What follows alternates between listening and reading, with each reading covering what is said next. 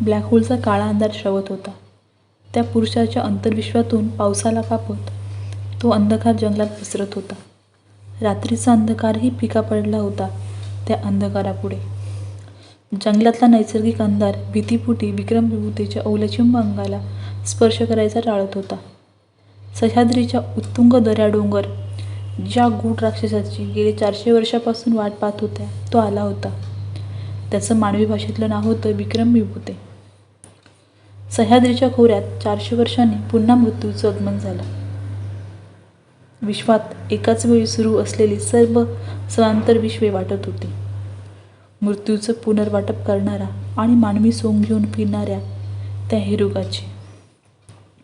पावसाच्या संतधारेला सह्याद्री नखशिखांत भिजून चिंब झाला होता. पर्वतावर जाणारी गाडीवाट मऊ चिखल सोडत होती. पण बैलगाडीला जुंपलेले बैल होते ताकदवान. ते चिखलातून प्रचंड मेहनत करून बैलगाडी ओढून वर नेत होते. लाकडी चाकातून कर आवाज काढत बैलगाडी सह्याद्री डोंगर चढत होती. शिवकाळात बांधली गेलेली माची होती ती. माची घासून घासून तिला आता उतार बनला होता. अवघा 6 फुटीचा प्राचीन रस्ता. डावीकडे उभा डोंगर, उजवीकडे खोल दरी. मधला अवघा 6 फुटाचा निमुळता रस्ता, घासून घासून तिरका बनलेला. त्या चिखलाच्या घसरड्या रस्त्यावरून बैलगाडी तिरपी होऊन सह्याद्रीरोहण करत होती.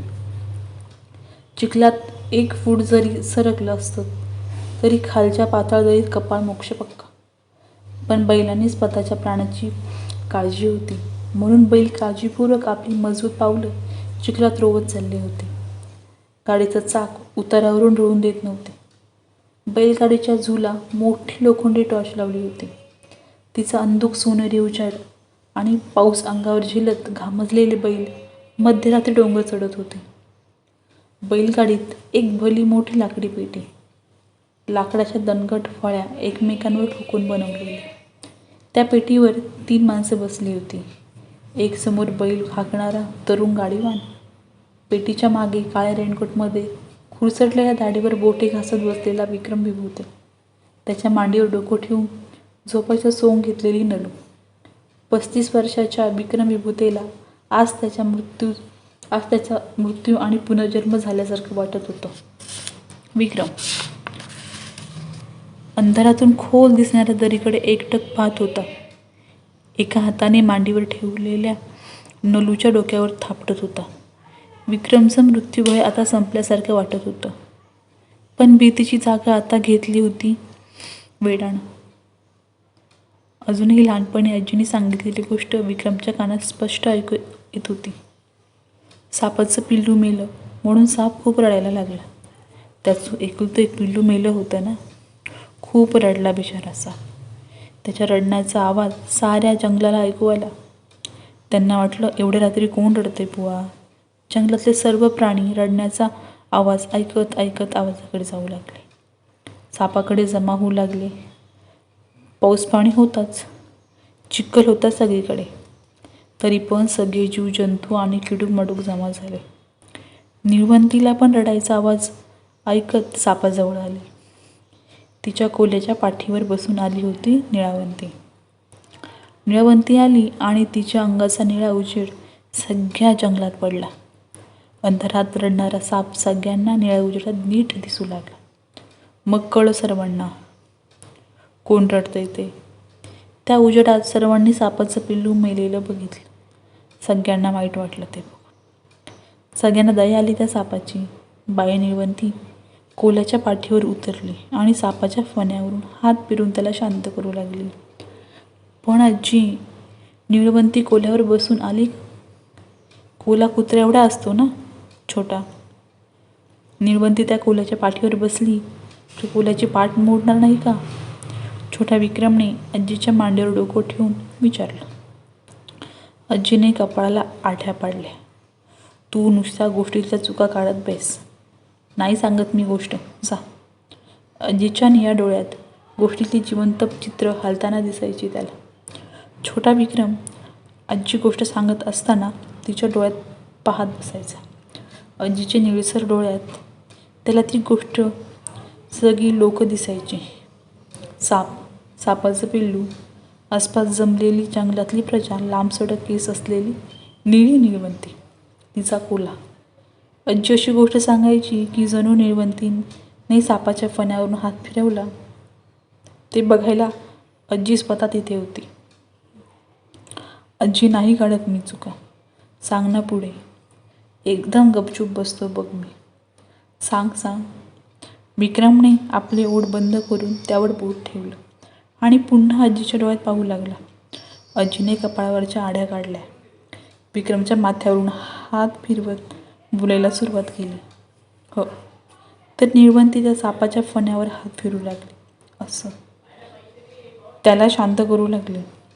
बाई निळवंती म्हणाली, अरे बाबा सापा, तुझ्या पिल्लाच्या प्राणांची किंमत काय? सापानं विचार केला. त्याच्या पिल्लाच्या प्राणाची काय किंमत असणार बुवा?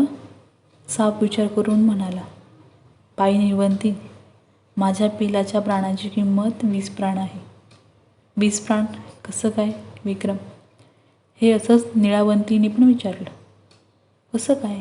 मग साप म्हणाला, हे जे मेलंय ते माझं एकुलतं एक पिल्लू होतं. माझ्या आणि माझ्या बायकोचा खूप जीव होता या पिलावर. हे पिल्लू मेलं म्हणून माझी बायको पण जीव द्यायला निघाली आहे. माझं मूल मेलं, वरून बायको पण मेली, तर मी जगून काय करू?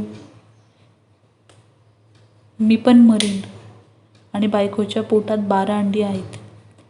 अंडी पण तिच्या पोटात मरून जातील. हे झाले 15. पण आजी, 20 प्राण. हो, पुढे ऐक. साप पुढे सांगू लागला. एका झाडाच्या खोडात आमचं बिळ आहे. त्या बिळात एक म्हातारा सापसुद्धा राहतो. त्या म्हाताऱ्या सापाच्या अंगात आता ताकद नाही उरली. त्याला शिकार करायला बाहेर नाही येता येत. म्हणून मी त्या म्हाताऱ्या सापाला काही बाई आणून देत असतो. त्यावर तो म्हातारा साप जगतो. जर मी मेलो तर तोही भुकेने मरून जाईल. झाले 16. इकडे मी, माझी बायको मेलो तर आमच्या झाडात असलेलं बिळ रिकामं होईल. आता पावसाळा सुरू आहे. त्या झाडाच्या खोडात आमच्या बिळात पावसाचं पाणी साचेल. ते झाड नेहमी ओलं राहून सडू लागेल. त्या झाडावर खूप पक्षी राहतात. त्यांची पिलं पण राहतात. झाड पडलं तर पक्षी दूर उडून जातील. पण 3 पक्षी अपंग आहेत. एका मानेत ताकद नसलेली चिमणी, एक आंधळा कावळा आणि एक पंख नसलेला पोपट. 3घांचं घर आहे ते झाड. त्यांना उडून नाही जाता येणार. ते झाड पडलं तर हे 3 पक्षीही मरतील कदाचित. पण आजी, सापाचं पिल्लू, त्यांची आई, त्यांचा बाप हे झाले 3. आईच्या पोटातले 12 अंडे, 3 आणि 12 बेरीज करून 15 झाले. पण त्या बिळातला म्हातारा साप राहतो, तो मरेल. झाले 16. चिमणी, कावळा, पोपट, 3 अपंग पक्षी, अधिकचे 16 प्राण अधिक हे 3 प्राण. विक्रम हाताच्या बोटावर मोजू लागला. 19 झाले ना आजी? 20 कुठे? आजी, 20 झाले. 16 आणि 3 19 होतात आजी. 20 नाही. तुझं गणित कच्चं आहे आजी. नीट विचार करून मोज. 20 झाले. विक्रम पुन्हा मोजू लागला, पण त्याची बेरीज 19च येत होती. आजीने त्याचा गालगुच्चा घेतला आणि हसून म्हणाली, ते झाड पण मरेल ना. झाडात पण जीव असतो माझ्या राजा. विक्रमच्या डोक्यात प्रकाश पडला. झाडात पण जीव असतो माझ्या राजा. त्यानं ते वाक्य आठवणीत घट्ट बसून घेतलं. आजीनं पुढे गोष्ट सांगितली. दुःखी साप म्हणाला, बाई निळावंती, माझ्या बाळाच्या प्राणांची किंमत 20 प्राण आहे. माझं पिल्लू मेलं म्हणून असे 20 प्राण जातील बघ. अरे बापरे. विक्रम खाटेवर पडून आजीच्या मांडीवर डोकं ठेवून ताऱ्यांकडे पाहू लागला. लुकलुकणारे तारे म्हणजे जंगलात जमलेले प्राणी. मध्यभागी असलेली ताऱ्यांची माळ म्हणजे साप आणि सर्व मध्यभागी दिसणारा निळ्या रंगाचा लुकलुकणारा तारा म्हणजे निळावंती. निळावंती म्हणाली, सापा, चिंता करू नकोस. निळावंतीनं आपल्या शरीरातून स्वतःचा प्राण काढला. निळ्या रंगाचा प्राण, गोल गोळा पण कंदिलाच्या ज्योतीसारखा लख्ख देवणारा.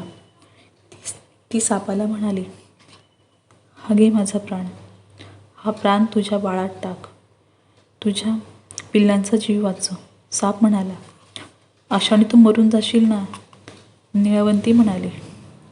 माझ्या प्राणाची किंमत फक्त एक प्राण आहे. माझी चिंता करू नकोस. आज तुझं एक बाळ जिवंत झालं की त्यामुळे पुढचे 20 प्राण वाचतील. घे तू माझा प्राण. जमलेले सगळे प्राणी निळवंतीच्या पाया पडले. निळवंती तथास्तु म्हणाली आणि आपला प्राण पिलाच्या शरीरात टाकला. पिलाचं शरीर जिवंत झालं. पिलू आपल्या आईबापांना जाऊन बिलगलं.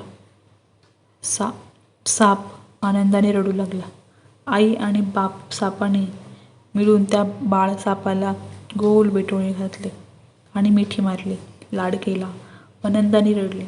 सगळं जंगल निळवंतीला धन्यवाद देऊ लागलं. त्या दिवशी निळवंतीने स्वतःचा एक प्राण देऊन 20 प्राण वाचवले. बैलगाडीत पाठ टेकून बसलेला विक्रमने सिगरेट पेटवून ओठात धरली. सिगरेटचा पांढरट धूर दरीत सोडला. पाऊस झेलणाऱ्या दरीत दूर खोलवर लुकलुकणारे काजवे दिसत होते. आजीने सांगितलेली गोष्ट त्याने लहानपणी आकाशातल्या लुकलुकणाऱ्या ताऱ्यांकडे पाहिली होती. आज तीच गोष्ट त्याने जंगलातल्या काजव्यांकडे पाहताना आठवली, जशीच्या तशी. लहानपणी गोष्ट संपल्यावर विक्रमने आजीला शंका विचारून भंडावून सोडले. अर्धवट गोष्ट होती ती, नीट शेवट नसलेली. निळवंती खरंच मेली का? कायमची मेली? तिच्या प्राणाची किंमत कमी होती का? तिला नव्हतं का कुटुंब? तिच्या मागे कुणीच नव्हतं का मरणारं? म्हणजे ती एकटीच राहायची? आणि सापाचं पिल्लू मरून पुन्हा जिवंत झालं ही यमदेवासोबत झालेली चिटिंग नाही का? यमदेव कसं घडून देईल? प्रत्येक गोष्टात लॉजिक शोधायची विक्रमची सवय. आजीनं डोकं खाऊन झालं तरीही झोप लागली नव्हती त्याला. प्राणी पक्ष्यांच्या त्यांच्या भाषेत बोलणारी निळवंती अशीच मेली. तिला स्वतःच्या प्राणांची काहीच किंमत नव्हती. एवढी थोडक्यात मेली. ती गोष्ट त्याला पटत नव्हती. फक्त 8 वर्षाचा होता तेव्हा तो. तरीही निळवंतीच्या ह्या जगात काय स्थान होतं हा त्याला प्रश्न पडला होता. त्याला निळवंतीने दिलेल्या प्राणाचं लॉजिक सापडत नव्हतं. रात्रभर खाटेवर आजीच्या कुशीत पडून जागाच राहिला होता. आकाशातले तारे बघत होता रात्रभर. निळवंतीने आपला प्राण काढून देताना तिला किती त्रास झाला असेल याचा विचार करत होता. पण त्या गोष्टीबद्दल मोठं अप्रूप तयार झालं होतं त्या वयात. पण आता वयाच्या 35व्या वर्षी आयुष्यात पहिल्यांदाच विक्रमने लॉजिकचा विचार करत नव्हता. शाळा कॉलेजमध्ये शिकलेलं सायन्स तो आत्ता पुरता मुद्दाम विसरून गेला होता. लॉजिक विसरला होता कारण विक्रम ह्यावेळी गरजू होता. मेंदू विक्रमला निळवंती आणि निळवंतीची पोती हे सगळं थोतांड आहे असं ओरडून सांगत होती. पण त्याचं मन मात्र सापासारखं दुःखात हेलकावे खात होतं. मन अतून ओरडून सांगत होतं, निळवंती खरी आहे, विश्वास ठेव. तिच्यामुळे तुझं आयुष्य बदलून जाणार. सायन्सवर विश्वास असलेल्या शिक्षित माणसाच्या डोक्यात हे विचारचक्र परिस्थिती घडून आणत होते. आज 25 वर्षांनंतर त्याला लहानपणीची कथा ऐकून झाल्यावर ताऱ्यांकडे पाहत लावलेलं लॉजिक आठवत होतं. पण त्याला आज त्या लॉजिकची गरज नव्हती. आज तो अक्कल नसलेला गरजवंत बनला होता. निळवंतीच्या अस्तित्वात असणं ही आज विक्रमसाठी गरज होती. म्हणून तो लॉजिकला सिगरेटच्या धुरासोबत दरीतल्या अंधकारात सोडत होता. विक्रमच्या मांडीवर डोकं ठेवून नलू बैलांच्या चमकणाऱ्या शिंगांचं निरीक्षण करत होती. बैलाचे लांब शिंगांची टोकं निळ्या रंगात रंगवलेली. बैल मान हलवत चालत होते. तशी त्यांची शिंगे नागमण्यासारखी अधूनमधून चमकत होती. नलू याआधी कधीही बैलगाडीत बसली नव्हती. मागच्या वर्षी 4थीच्या पुस्तकात बुलक कार्ट या शब्दासोबत बैलगाडीचा फोटो होता. तो फोटो नलू बराच वेळ निहाळत बसे. बैलगाडीचा आणि तिचा संबंध तेवढाच. पावसाने ओले झालेले गाल चोळत तिने आपल्या बापाकडे बघितले. सिगरेट पीत विक्रम खोल दरीत एकटक काहीतरी पाहत होता. विक्रमच्या डोक्यावर बैलांची शिंग असल्याचे नलूने कल्पना केली. विक्रमच्या डोक्यावर बैलांची निळी शिंगे ठेवल्यावर तो अगदी राक्षस दिसायला लागू लागला. तोच घनदाट जंगलाच्या पोटातून मोठ्याने कोलीकोलीचा आवाज झाला. बैलगाडी चालवणाऱ्याने गाडी थांबवली. कोल्याच्या रडण्याचा आवाज जंगल व्यापून टाकलं. कोलीकोलीचा आवाजापाठोपाठ अंधारात हुप हुप आवाज यायला सुरुवात झाली. समोरच्या झाडात हालचाली जाणवू लागल्या. झाडाच्या फांद्या हलू लागल्या. कोणीतरी फांद्यांवर उड्या मारत होतं. विक्रमने आपल्या बॅगेत हात घातला आणि लाकडाचा मोठा दांडा बाहेर काढला. दांडा हातात धरून त्याने आवाजाच्या दिशेने कानोसा घेतला. "साहेब, हुप्पे आहेत ते. रात्री कोण डोंगर चढताना दिसलं की ढकलून देतात खाली दरीत. तुमच्या लाकडानं काही होणार नाही." तरुण गाडीवानाने चाकूकडे बघून म्हणाला. गाडीवानाने गाडीच्या झोखाली लावलेल्या पोत्यातून एक तलवार काढली. तलवार जरा गंजलेली वाटत होती. टॉर्च हातात घेऊन त्याने टॉर्चचा उजेड त्या तलवारीवर मारला तशी तलवार चमकली.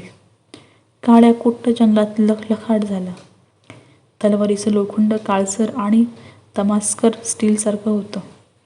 पण फाटक्या गाडीवाण्याकडे एवढं महाग लोखंड येणार असा विचार विक्रमच्या मनात आला खरा. तलवार खिळ्याची स्टीलची, पण त्याला मूठ बसवली होती साध्या लाकडाची. वरचा कापडा गुंडाळून गाडीवानाने आपली मूठ तलवारीवर घट्ट केली. नलू उठून बसली. अंधारात हलणाऱ्या फांदीत खरंच दिसतंय का ते पाहू लागले. गाडीवान बैलगाडी थांबवून बैलगाडीवरच उभा राहिला. हातात तलवार आकाशाकडे उंच धरून तीवर टॉर्च मारू लागला. बैल देखील कानोसे घेऊ लागले. त्यांनी आपल्या शेपट्या आवळून स्तब्ध केल्या. काजळी थरथर थांबवली. "पप्पा, हुप्पा म्हणजे काय असतं?" नलूने विक्रमच्या गालाला हात लावला.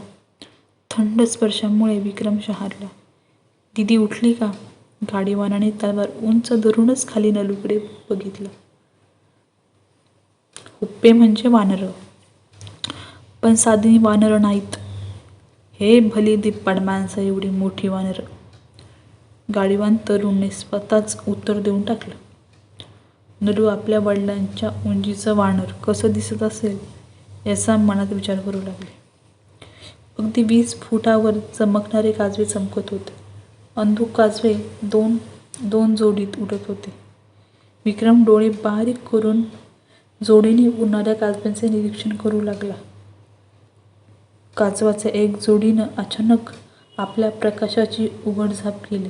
ते काजवे नसून रानटी वानरांचे डोळे आहेत हे लक्षात आलं. विक्रमनं सिगारेट बिडी सारखी ओठात दाबत स्पर्शही न करता मोठा धूर आत घेतला आणि टॉर्चचा झोत त्या काजव्यांच्या जोडीकडे म्हणजेच हुप्प्याच्या डोळ्यावर मारला. काळ्याकुट्ट चेहऱ्यावर दोन खोबण्यात बसवलेले दोन प्रकाशमान डोळे. तो हुप्प्या आपली बुबुळं मोठी करून तलवारीकडे शॉक लागल्यासारखं पाहत होता. स्वतःच ओबुताला समोर पाहिल्यावर माणूस जसा थिजून जाईल तसा तो हुप्प्या थिजून उभा होता. त्याच्या अंगावर असलेले भुरकट ढवळे केस उभे राहू लागले. हुप्प्यानेही आपल्या शरीराचा आकार बदलत 2 पायांवर पाहू लागला. खरोखर 6.5 फूट उंचीचा असलेला भव्य वानर. विक्रमनं आपल्या तोंडातून सिगारेटचा धूर सोडला. सिगारेटचा पांढरा धूर टॉर्चच्या झोतातून पास झाला. टॉर्चमुळे हुप्प्यांवर पडलेला प्रकाश विस्कळीत अवस्थित झाला. हुप्प्याने तलवारीवर भिवून मागे सरकायला सुरुवात केली. तलवारीची भीती हुप्प्याच्या हालचाली स्पष्ट जाणवत होती. झाडात अजून एक हालचाल होऊ लागली. चमकणाऱ्या डोळ्यांच्या जोड्या मागे जाऊ लागल्या. बाकी वानरं माघार घेत दिसले. हुप्प्याने मागं वळला तसा त्याच्या डाव्या कानाजवळ मोठी जखम आहे हे विक्रमला दिसलं. कानाच्या खाली उभी जखम होती. कदाचित ती जखम सर्वांना दिसावी अशा बेतानेच हुप्प्या वळला होता. त्याच्या हालचालींमध्ये मानवी हुशारता होती. गाडीवानाने आपल्या तोंडातून बांधलेला रुमाल एक सुस्कारात सोडला. तलवारीच्या पोत्याला गोल फिरवून त्यावर रिफ्लेक्ट होणारी टॉर्चचा उजेड तो सगळीकडे फुंकू लागला. आसपास झाडांची सळसळ कमी झाली. तू नेहमी तलवार सोबत ठेवतोस? विक्रमने आपली सिगरेट दरीत उडून दिली. नाही, फक्त रात्रीच्या वेळेला ठेवतो. गाडीवान: फक्त रात्री, असं का? सह्याद्रीतलं सगळ्यात घनदाट जंगल आहे हे. भर दुपारी पण रात्रच असते. दिवस काय आणि रात्र काय, सगळं एकच. पण तरी पण तलवार सोबत का ठेवतोस? साहेब, जंगलात विचूकाटा अंगावर आला तर सगळ्यात चांगलं हत्यार असतं चाकू. पण तलवार म्हणजे दहशत असती, दहशत. रात्री माणसांच्या हातात तलवार दिसली की मोठं जनावर पण हल्ला करायला भीतंय. जनावराला भीती वाटते तलवारीची. छोटी नलू तिच्या पप्पांचं आणि त्या गाडीवानाचं बोलणं शांतपणे ऐकत होती. गाडीवान हवेत तलवार चमकवत तसाच उभा होता. विक्रम मात्र त्या काळ्या रंगाच्या तलवारीबद्दल अजूनही आश्चर्य वाटत होतं. एक सामान्य गाडीवाल्याकडे तलवार असावी याचं त्याला आश्चर्य वाटत होतं. पण प्राण्यांना हत्यारांमधला फरक कळतो का? तलवार काय, चाकू काय आणि सुरी काय, चमकणारी सगळी हत्यारं सारखीच प्राण्यांना. हे जंगल जिवंत आहे. जिवंत गोष्टींना सगळ्या आठवणी असते. जंगलातला अजून बी लक्षात आहे. गाडीवानाने तुझा मोठा गोळा दरीत थुंकला. एवढं दाट जंगल आहे. इथे 3 डोंगर, सातगीर, तामगीर आणि राजगीर. जास्त उंच नाहीत, पण 3 घनदाट, 2 फुटावरून दिसत नाही. 3 डोंगर, वय. आपण तो डोंगर चढलो तो सातगीर, पुढे दरी उतरली आणि पुढचा चढला की तामगीर, आणि तो उतरून पुढचा चढला की राजगीर. इथं कुणीच नाही जात. एवढी दाट झाडी आहे. सातगीरपर्यंतच लोक येतात. ऐतिहासिक असतील हे डोंगर. इथल्या जंगलातले प्राणी तलवारीला घाबरतात म्हणजे कधी काळी काहीतरी झालं असेल इथे. विक्रम: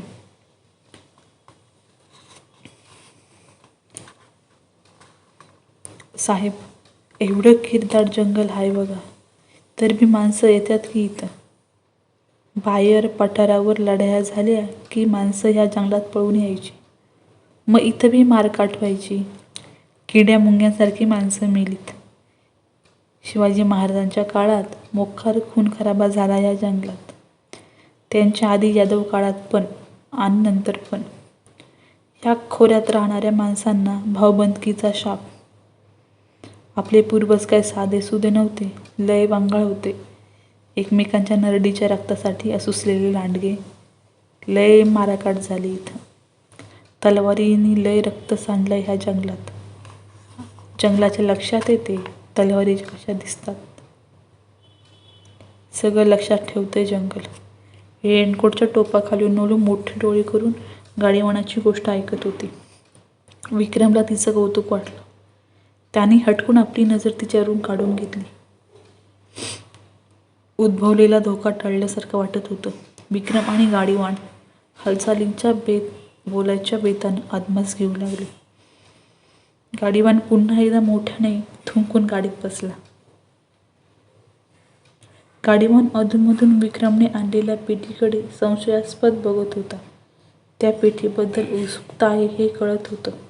विक्रमने पेटीवर टाकलेली काळी ताडपत्री नीट करून पेटी झाकली. गाडीवानाच्या ते लक्षात आलं, पण दुर्लक्ष केल्यासारखं दाखवत बैलगाडी हंकू लागला. मधून थुंकू लागला. बैलगाडी पुन्हा चढू लागली. साहेब, मला तुमच्या कामात नाव खुपसायचं नाही. तुम्ही ही पेटी घेऊन जा त्या घैसाळ गुरुजीकडं. मला काही देणं घेणं नाही. फक्त एक सांगतो, तो घैसाळ गुरुजी लय वांगाळ माणूस आहे. माझा त्याच्यावर विश्वास नाही. ज्याच्याशी जे काही काम असन ते नीट डोकं लावून करा. डोकं लावून म्हणजे? विक्रम त्याच्या बोलण्याचा अर्थ कळला नाही. जाऊ द्या. गाडीवानाने आपल्या हातातली टॉर्च उजव्या बाजूच्या टेकडीवर मारली. तो काहीतरी दाखवत होता, पण अंधारात काहीही दिसलं नाही. तिथे एक टेकाड आहे. चढून जायचा रस्ता वाईट. त्या टेकाडावर शंकराचं खूप जुनं मंदिर आहे. मंदिर नाही तसं, 5x5चा दगडात बांधलेला गाभारा आहे. फक्त पिंड आहे तिथं. पिंडीच्या खाली खड्डा आहे. त्या खड्ड्यात टाकलेली बाटली ठेवली आहे मी.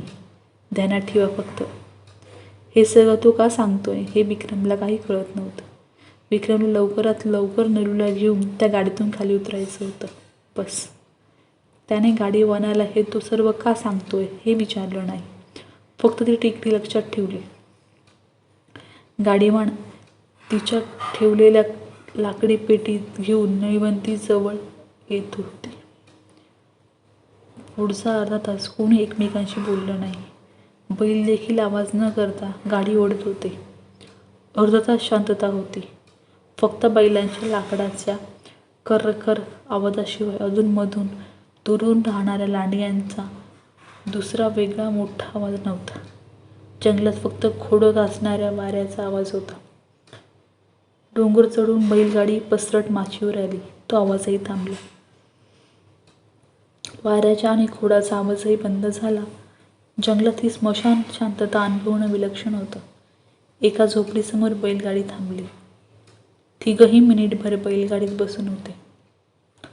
समोर लहानशी झोपडी होती, पण त्या झोपडीला लोखंडी पत्र्याच्या भिंती होत्या. बैलगाडी थांबून गाडीवाल्यानं खाली उडी मारली. विक्रम देखील खाली आला. त्यानं आपला काळा रेनकोट झटकला. त्यावर साचलेलं पाणी उडून. पाऊस थांबला होता, पण इथे डोंगर माथ्यावरची हवा आधीपेक्षा जास्त थंडगार वाटत होती. नलू पण आपला रेनकोट सावरत गाडीवर उभी राहिली. तिचं लक्ष अजूनही बैलांच्या निळ्या शिंगाकडे होतं. विक्रम नलूला उतरवण्यासाठी मागे वळला. तोच गाडीवान नलूसमोर आपले दोन्ही हात करून म्हणाला, "ए दीदी, खाली बघ, चिखल आहे." नलू स्वतःला झोकून दिलं. गाडीवानाने तिला झेललं. विक्रमच्या काळजाचा ठोका चुकला. एका अपरिचित गाडीवानाच्या हातातून नलूने स्वतःला झोकून दिलं. विक्रमला बघवलं गेलं नव्हतं, म्हणून तो जरा जास्त अस्वस्थ झाला. गाडीवानाने नलूला उचलून खाली ठेवलं. तिचं लाल दप्तर तिच्या हातात दिलं. "लई थंडी असते बाळा इथं. पाऊस नसला तरी रेनकोट राहू दे अंगावर." तो नलूला हसून म्हणाला. एवढ्या वेळ शांत बसलेला अनोळखी गाडीवान नलूला सांगत होता. हे सगळं विक्रमला विचित्रच वाटलं. नलूशी बोलायची त्याला काय गरज? त्या गाडीवानानं आपल्या तोंडावर गुंडाळलेलं फडकं काढलं. त्याच्या कोवळ्या मिशीवरून तो अगदी 20-22 वर्षाचा मुलगा असल्याचं कळलं. त्याच्या चेहऱ्यात तरुण आणि कोवळेपणा होता. त्याचा चेहरा पाहून वयाचा अंदाज आला. तो आता विक्रमला जास्तच आश्चर्य वाटू लागला. एक 22 वर्षाचा मुलगा बैलगाडीच्या झूखाली तलवार ठेवून सह्याद्रीमध्ये ट्रान्सपोर्ट करतो, ही गोष्ट वैचित्र्यपूर्ण होती. कैसाळ गुरुजीचं खोपटं आलं. "ही पेटी घ्या खाली." तरुण पेटीकडे बघत गाडीवर चढला. विक्रमने खालूनच पेटीला हात लावला. दोघांनी मिळून ती अवजड पेटी उचलू लागले. "काय आहे याच्यात? थंडगार आहे एकदम." विक्रमने पेटी उचलताच तरुणाकडे कटाक्ष टाकला. तरुणाच्या लक्षात आलं. तो गप्प बसून पेटी उचलू लागला. जवळपास 5 फूट लांब आणि 2 फूट रुंद असलेली ती जाड पेटी दोघांनी खाली घेतली. त्याच्यावर असलेली प्लास्टिकची ताडपत्री नीट पकडत झोपडीकडं नेली. झोपडीला लागूनच असलेल्या पत्राशेड खाली ठेवली. घैसाळ गुरुजी आपल्या झोपडीच्या बाहेर आला. जवळपास 6.25 फुटाचा तो धिप्पाड माणूस. एवढ्या थंडीतही अंगावर धोतराशिवाय एक कपडाही घातला नव्हता. फक्त एक मळकट धोतर आणि गळ्यात 7-8 रुद्राक्षाच्या माळा. घैसाळ गुरुजी आपली केसाळ छाती उघडी खाजवत दुरूनच त्या पेटीकडे न्याहाळू लागला. दोघांनी मिळून पेटीच्या ओशाड्याला नीट ठेवली. विक्रमने नलूला पेटीजवळ उभे केले. दोघे पुन्हा बैलगाडीजवळ आले. विक्रमनं आपल्या खिशातून बऱ्याच नोटा काढल्या आणि त्या तरुणाच्या हातात दिल्या. "खालच्या गावात कुठे बर्फाची व्यवस्था होईल का?" विक्रमने पैसे देत विचारलं. "बर्फ किती पाहिजे?" विक्रम झोपडीच्या पागोळ्याखाली ठेवलेल्या पेटीकडे नजर टाकली. तरुण सपापला. "त्या पेटीत एवढा बर्फ? नाही मिळायचा इथं. लहान गाव आहे हे, पण व्यवस्था तर करावी लागेल बर्फाची." ह्या घैसाळाशी माझं बोलणं झालं होतं फोनवर. तो म्हणाला होता की आसपासच्या गावात बर्फाची व्यवस्था होईल. तरुण त्या रहस्यमय पेटीचं निरीक्षण करू लागला. आपली मनाची जिज्ञासा चेहऱ्यावर दिसून न देण्याचा प्रयत्न करू लागला. महाबळेश्वरला मिळेल बर्फ, तिथे जायला लागेल गाडी घेऊन, पण आणीन मी. त्याचे पैसे वेगळे होते. बरं, अजूनही काही नोटा तरुणाच्या हातावर ठेवत विक्रम म्हणाला, मला रोज पाहिजे बर्फ. उद्या दुपारी 2 किलो मीठ आणि फॉर्मिलिन लिक्विड लिहून घे वाटल्यास. आपलं वय बघून विक्रम आता एकेरीवर आलाय हे तरुणाच्या लक्षात आलं. तरुण मोठ्याने म्हणाला, लिहायची गरज नाही.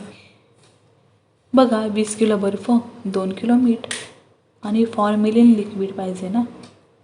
फॉर्मिहाईड असतं ते. केमिस्ट्री शिकलोय मी, माहिती आहे मला. तरुणाने आपल्या चेहऱ्यावर असलेलं पाणी झटकले आणि कशाची तरी वाट पाहत तसाच उभा राहिला. तरुण अजूनही आपल्या जागी तसाच उभा आहे हे विक्रमच्या लक्षात येईना. तो पुन्हा झोपडीच्या पोंगळ्याखाली पाहू लागला. नलू त्या पेटीवर बसली होती. ती पेटीकडे बघतोय हे दिसत होतं. विक्रमने विचारलं, काय झालं? तो तरुण काहीच न बोलता उगाच त्या पेटीकडे बघू लागला.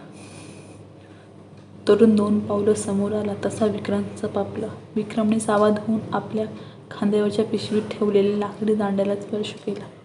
हे बघा, मी लय लोकांना सोडलंय ह्या घायसाळ गुरुजीकडे. तुम्ही डोक्यात फरक पडलेले लोक ह्या गुरुजीकडच्या नादाला लागता. तो घायसाळ निळबंती पोथी वाचतो, तुमची मदत करतो आणि तुम्ही त्याला पैसे देता. सोडा, मला काही देणं घेणं नाही. तुम्हाला येड्यात निघायचं तर निघा येड्यात, पण सगळे लोक इथे एकटे येतात. तुम्ही एवढ्या लहान पोरीला घेऊन आलात म्हणून जरा म्हटलं. तो बोलता बोलता अचानक थांबला. नलू झोपडीच्या पोंगळ्याखालून त्या थंडगार पेटीवर बसून विक्रमकडे आणि गाडीवाना ड्रायव्हरकडे निरागस पाहत होती. तिथवर तिला काहीच ऐकू येत नव्हतं. दोघं तिच्याकडे बघून काहीतरी कुजबुजताना दिसत होते. नलूला आश्चर्य वाटलं. माझं नाव कुशल रायरेकर. हे बघा, माझा मोठा भाऊ हेच काम करायचा, माझ्यासारखं ट्रान्सपोर्ट. लोकांनी रात्रीवर चढून ह्या घायसाळ गुरुजीकडे आणून सोडायचा आणि घायसाळ गुरुजी त्या लोकांना निळवंतीची पोथी वाचून दाखवायचा. लोक परत खाली यायचे. इथं पण काहीतरी भडवेगिरी सुरू आहे. निळवंतीच्या नावाखाली मागे लागलेले लोक भैसाटल्यासारखं असतात.